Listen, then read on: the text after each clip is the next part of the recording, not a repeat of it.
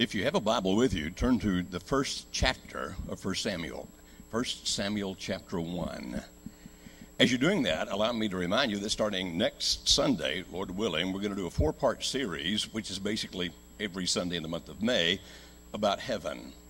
Just, again, last night I saw the commercial for the movie, What is Heaven Really Like, or something like that, which is based on a book which was written by a man whose son said that he died and went to heaven. All respect to that family, but no. So what we're going to do is this. We're going to actually look and see what the Bible has to say about it. It's a fascinating thing. Heaven, the heaven that we're going to live in for eternity, if indeed we go to heaven, is not way off in the sky somewhere. As a matter of fact, there will be a new heaven and a new earth. We'll actually be back on this planet in a new body, but this planet won't look like it does now. Now, if you say, how in the world could you come up with that? I'm going to show you the verses starting next Sunday. So feel free to come back, and feel free to ask any of your friends that you think might be interested in the subject of heaven. Say, come and we'll have a Bible study together. Now, at the end of the 4 weeks, you can decide, Beam, you were totally wrong, but I am not wrong. Okay, so what we're going to do is this. We're going to look at 1 Samuel today. Samuel is one of the most important characters in the entire Old Testament, an awesome human being, but his birth nearly didn't happen. And we're talking about parents and children and all that go with that, and the story of Samuel fits that very well. There was a man whose name was Elkanah. Now, he had 2 wives, which was not unusual for people of that era. If a man could afford to have more than one wife, he often did. There were several reasons for that, one of which was the fact that men didn't live as long, and therefore there were a lot more women. For example, the professions they had would often lead to death more often than professions that women had. Also, when they would go to war, for example, just a couple of chapters into 1 Samuel, you read about one battle where 30,000 Israeli soldiers were killed in one battle. And so, some of these women would not have husbands if it were not for polygamy. Now, this man had 2 wives. His name was Elkanah. His first wife was named Hannah. But Hannah was barren, which might be the reason that he married the second wife. Her name is awfully difficult to pronounce. I'm going to look at it right here. See her. I get close to it as I can. Oh, let's just call her Penny. And so he's married to Hannah and to Penny. Now, Penny has children, and she makes a big deal out of this. Let's start in verse 3, if you don't mind, gentlemen. Let's go there. Year after year, this man went up from his town to worship and sacrifice to the Lord Almighty at Shiloh, while Hophni and Phinehas, the 2 sons of Eli, were priests of the Lord. Let me just give you a little history here. Both those guys were bad guys. They were the sons of the chief priest, but they were just not good men. And even though they were not good men, the people who came to worship, their worship wasn't affected by the fact that the priests were corrupt. Their worship was pure. Their worship was to God. Notice they didn't go to the temple of Jerusalem. They went to the house of the Lord at Shiloh, but every year this man went there. So we know a couple of things about him right away. One is that he is a very godly man. He intends to keep all the rituals and rules that go with Judaism, and he actually wants to do them. Now, the next verse says this. Whenever the day came for Elkanah to sacrifice, he would give portions of the meat to his wife, Penny, and to all her sons and daughters. But to Hannah, he gave a double portion because he loved her, and the Lord had closed her womb. Now, here's what we understand from that. Obviously, there was no physiological problem with her husband Elkanah because he had had children with the other woman, his other wife. And so we think, well, okay, then if there's some difficulty, it's a physiological problem with Hannah herself. But then we read here that, no, actually, that wasn't the case either. That what's going on is that God has purposely kept this woman from getting pregnant. He has purposely kept her from getting a child. And there's going to be a reason for this as we continue to read. Now, you understand that he gave this double portion, and this is another thing we learn about him, because he loved Hannah dearly. So he's a good man, a godly man, and he genuinely loves his wife. Now, the next verse says, and because the Lord had closed her womb, her rival, that's Penny, her rival kept provoking her in order to irritate her. You see, in that world, it was considered to be a really good thing to have a big family. The more children you had, the better off you were. And so this woman was able to deliver child after child after child, and Hannah couldn't. Now, she probably knew that her husband loved Hannah more, it'd be awfully hard to disguise that. And so now she's actually rubbing it in on her, like, okay, maybe he loves you more, but look, I am the one who's providing him sons and daughters. And so she did it, as it said, just to irritate Hannah. You can imagine how difficult it would be. Now, I don't know this for a fact. I've been told it's true, that the Chinese symbol for happiness is a woman in a house. And the Chinese symbol for misery is two women in a house. Now, the next verse says, this went on year after year. Whenever Hannah went up to the house of the Lord, her rival provoked her till she wept and would not eat. And so here they were, having come to worship, a time that should be a wonderful experience because they're in the presence of God. And rather than being able to worship, which she wants to do, she can't because her rival is doing everything she can to irritate her. Even like coming to church and sitting there trying to pray when the person next to you just kept poking you in the ribs. Like, what are you doing? And so not only could she not worship, she became so upset she could not eat. So the next verse says this. Elkanah, her husband, would say to her, Hannah, why are you weeping? Why don't you eat? Why are you downhearted? Don't I mean more to you than 10 sons? Now, this is a typical male question. You understand, it's obvious as to why she's weeping. It's obvious as to why she's not eating. And he, being a man, says, why aren't you eating? He knows the answer to this, but what he's trying to do by the question is to say, you really should get past this somehow. And then he does something that is totally illogical from her standpoint, but makes all the sense in the world to him. He says, now look, you got me. That should make you happy.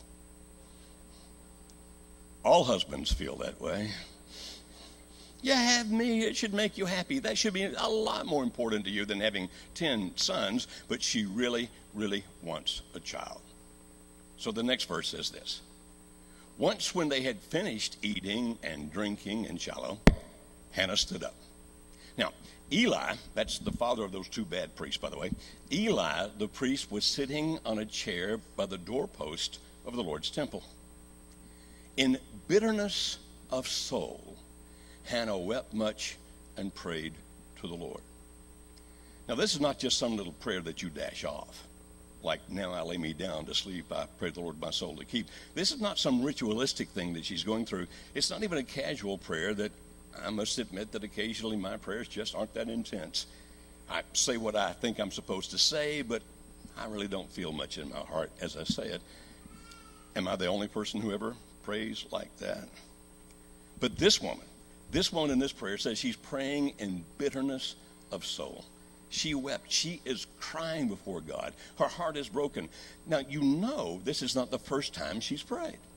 She's been praying for years and years and years, and God has neglected. But it seems that finally at this point it just gotten more than she can bear. She can't handle it anymore. And so it's in her bitterness of soul that she's begging God. And so the next verse says, and she made a vow, saying, O Lord Almighty, if you will only look upon your servant's misery and remember me, and not forget your servant, but give her a son, then I will give him to the Lord for all the days of his life, and no razor will ever be used on his head. Let me explain that last phrase first because it doesn't seem to fit our culture. What she's saying is, I will dedicate him to a Nazirite vow. In the New Testament, there was a fellow by the name of John. We wound up calling him John the Baptist. John's parents also dedicated him with a Nazirite vow. A Nazirite vow meant that this person was set aside in a very special way and that he would never, ever have a haircut. Never in his life. He would never, ever have a shave. Never in his life. This was part of the Nazirite vow. Not only would he never drink wine, but he would never eat a grape. And so there were several things that made this person specialized. So you could look at him or her. You can imagine, say John the Baptist when he reached 30 years of age, never having had a haircut, never having had a shave, and never having had cream rinse or conditioner. You can imagine what a person would look like so that these people become instantly recognizable. Now, if you're going to be instantly recognizable as a person who's set apart for God, then you better live that way. Because people can see you. They can look and say, I know what he's supposed to be. Let's see if he is living consistently with that. And so her vow to God is this: if you will give me the son, I'll give him to you. I'll make sure that from birth he'll be a Nazarite. He'll have that vow, but I will give him to you. Now this is quite a vow to make.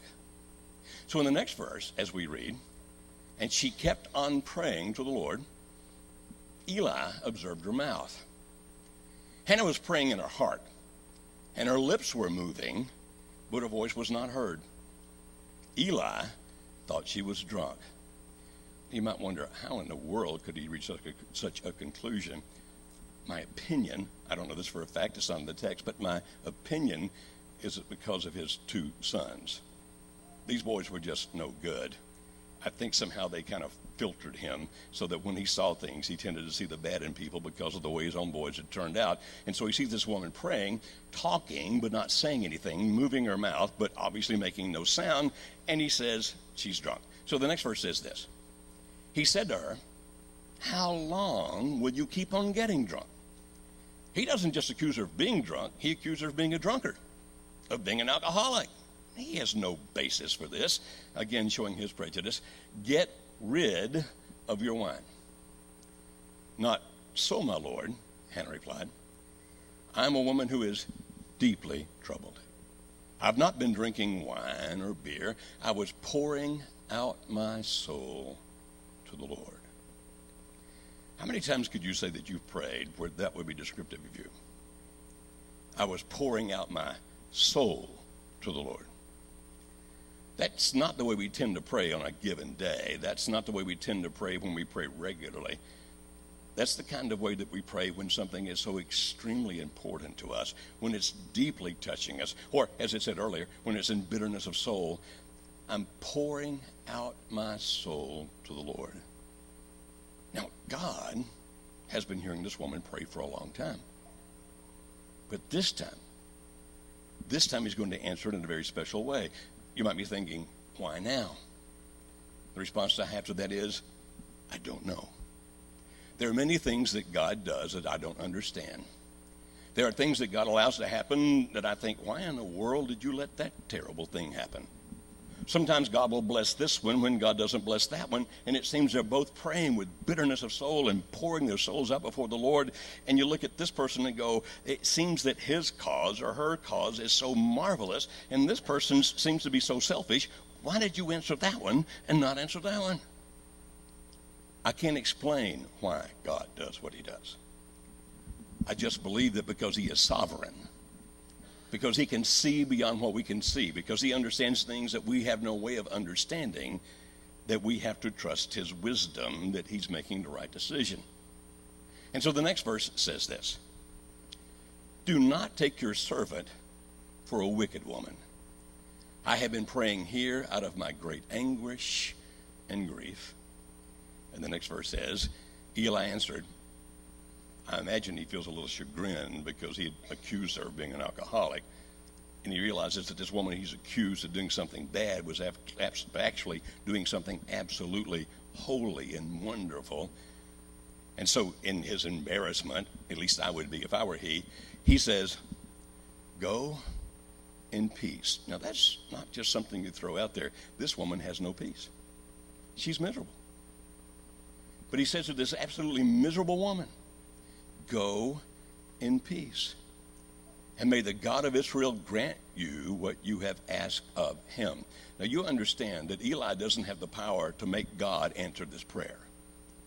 Even though he's a priest, he can't say, okay, God, I said now it's time to answer it. He does not have that power. Basically what he is saying is, I add my prayer to yours. And we're told in the New Testament that the more people that are praying for something, the better off we are. And so here he is, the high priest of God, and he's saying, may God give you what you ask.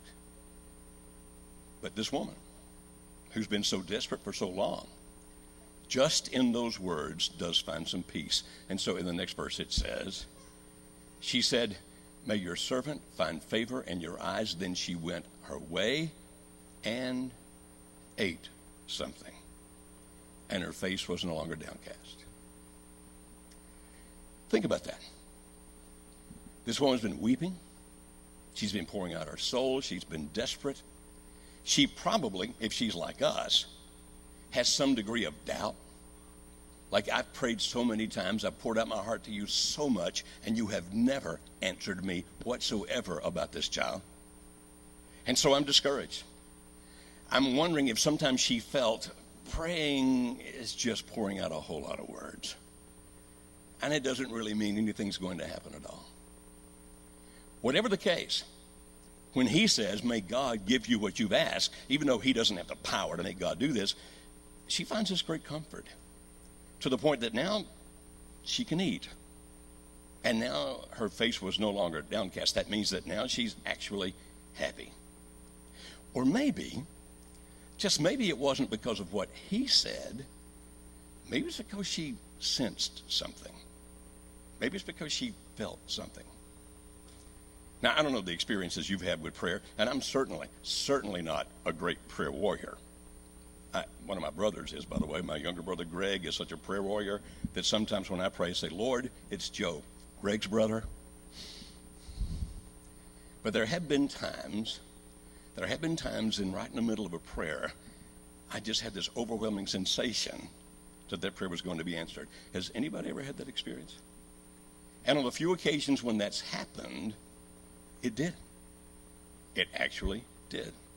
So maybe she's just having that. Maybe God has just given her this sensation. Whatever the reason, she now has peace and happiness. Now, I'm getting to the parenting part really soon. The next verse. Early the next morning, they arose and worshiped before the Lord, and then went back to their home in Ramah.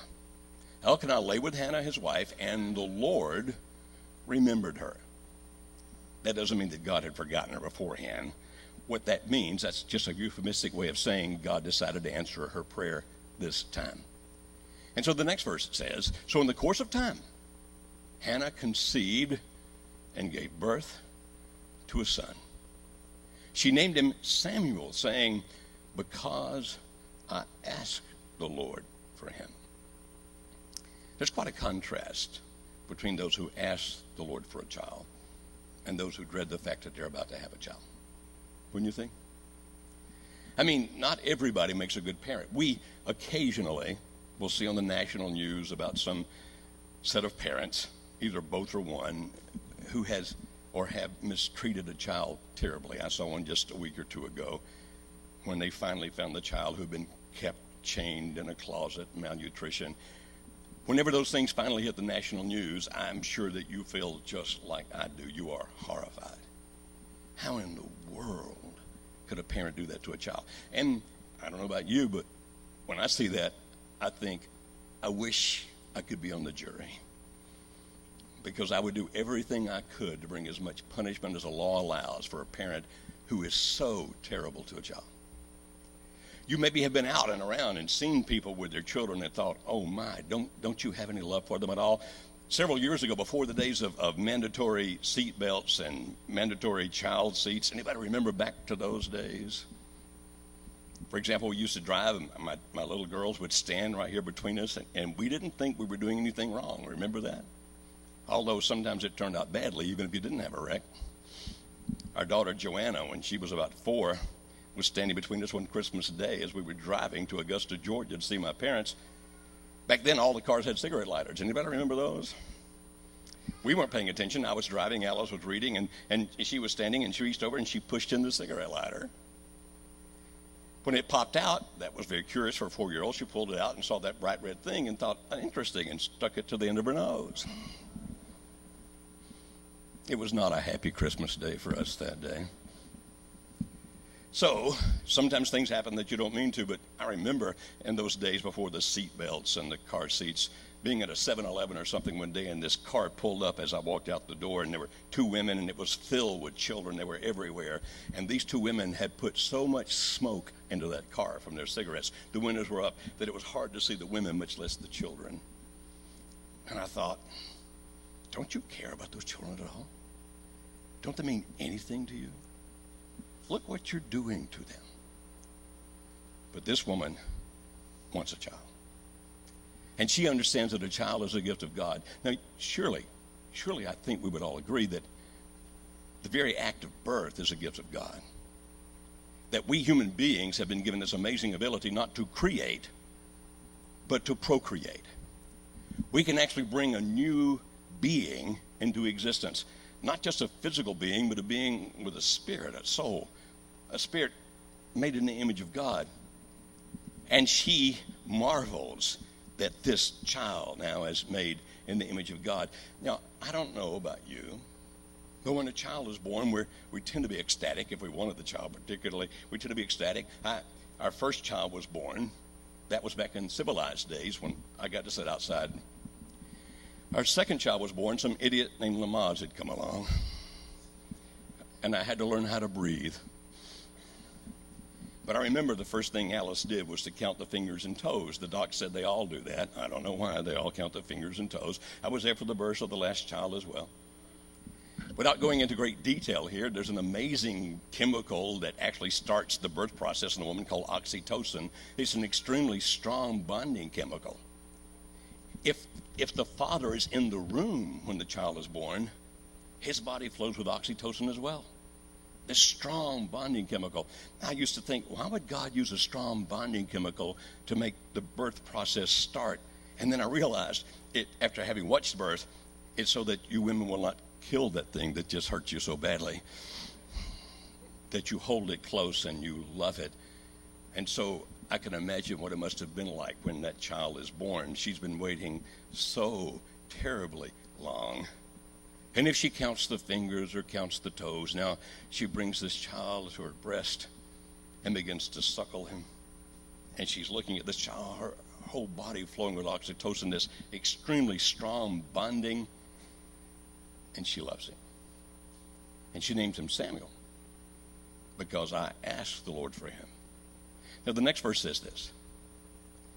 When the man Elkanah went up with all of his family to offer the annual sacrifice to the Lord and to fulfill his vow, Hannah did not go. She said to her husband, after the boy is weaned, I'll take him and present him before the Lord, and he'll live there always. Next verse says, he's now talking to her. Do what seems best to you. Elkanah, her husband, told her, stay here until you've weaned him, only may the Lord make good his word. So the woman stayed at home and nursed her son until she'd weaned him. By the way, typically in that culture, Jewish women would wean their child at age 3. All the way through 3 years, she would take care of this child. So for 3 years, she doesn't go to worship. 3 years, she's raising him. 3 years, she's still suckling him. 3 years, she's doing all those things that mamas do. She gets to watch him learn how to crawl. She teaches him how to walk. She helps him learn his first words, which is very difficult because it was Hebrew. And so they're learning all this language going on. And the child's beginning to communicate. By 3 years old, most children could communicate extremely well, don't you think? Oh, they may not have quite the vocabulary they're going to have someday, but can they communicate what they want very well? Can they communicate love? Absolutely, they can. By 3 years old, sometimes when they bring that first little drawing to you, like here I am, and the 3-year-old brings the drawing, and I go, that's great, that's the best picture of a horse I've ever seen. No, Daddy, that's you. I love it. It is so awesome. Now look what happens next. After he was weaned, she took the boy with her, young as he was, along with a 3-year-old bull. This bull was apparently born about the same time as the boy. An ephah of flour and a skin of wine, and brought him to the house of the Lord at Shiloh. When they had slaughtered the bull, they brought the boy to Eli, and she said to him, as surely as you live, my Lord, I am the woman who stood here beside you praying to the Lord. I prayed for this child, and the Lord has granted me what I ask of him. So now, I give him to the Lord. For his whole life, he'll be given over to the Lord. And he worshiped the Lord there. Now, keep that verse up there, gentlemen. I don't know if you're familiar with Old Testament vows or not. But the husband of a wife could negate a wife's vow. She made a vow, I'll give this Lord to you. If Elkanah had so desired, he could have said, I negate your vow. That will not occur. So this just it is not just a story of a mother. It's also the story of a father. He really loves this woman. Therefore, while he loves his other children, I'm quite sure this child is extremely special to him because this is the woman that he loves more than any other. And so this child is very, very important to him. And he could have said, no, we're not going to do it. Interestingly, there's another Old Testament fact that plays here. They could actually sometimes pay money and buy back a vow. In other words, God would say, I know you made this vow, but if you give this, you can actually move that vow over to where it's the money rather than that. She could have, in a sense, and by the way, based on what she's offering, they do have money. She could have bought her way out of it. But she doesn't. He and she make a decision. We want this child to be raised in the house of God. And this particular child, we're actually going to hand over to another at the age of 3. That requires a tremendous amount of faith, an amazing amount of faith. Now look at that last phrase. And he worshiped the Lord there. I kept reading that verse over and over and over, asking myself this question. Which he? Who's this talking about? Is it Elkanah? Is it the husband, the father? Is it Eli?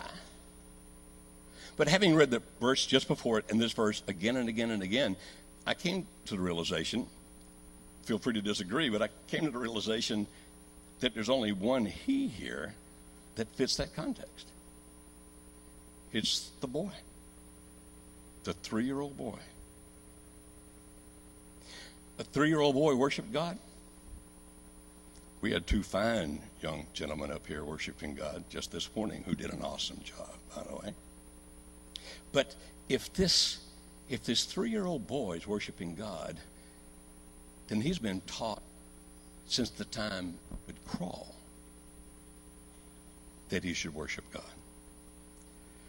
Now, the sophistication level of worship of a 3-year-old might not be the same as that of a 13-year-old, and certainly not the same as a 30-year-old. But can you imagine that this little boy who's about to be separated from his parents, which, by the way, is the biggest fear any child has.